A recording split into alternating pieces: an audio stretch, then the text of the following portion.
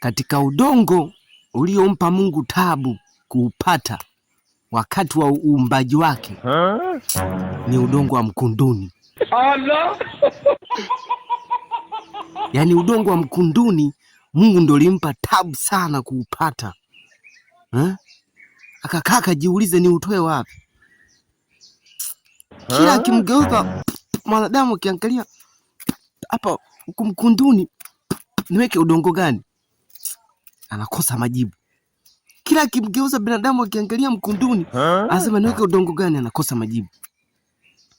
Hatimaye akaupata akaweka ule udongo.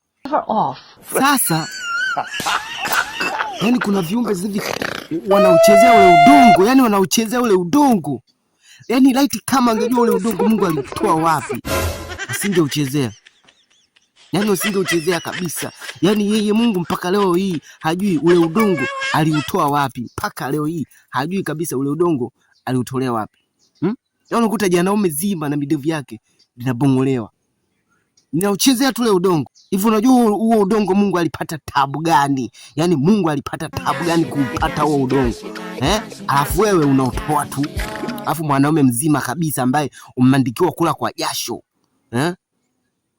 Kweli? Sasa wewe subiri. Mimi sio Mungu. Ila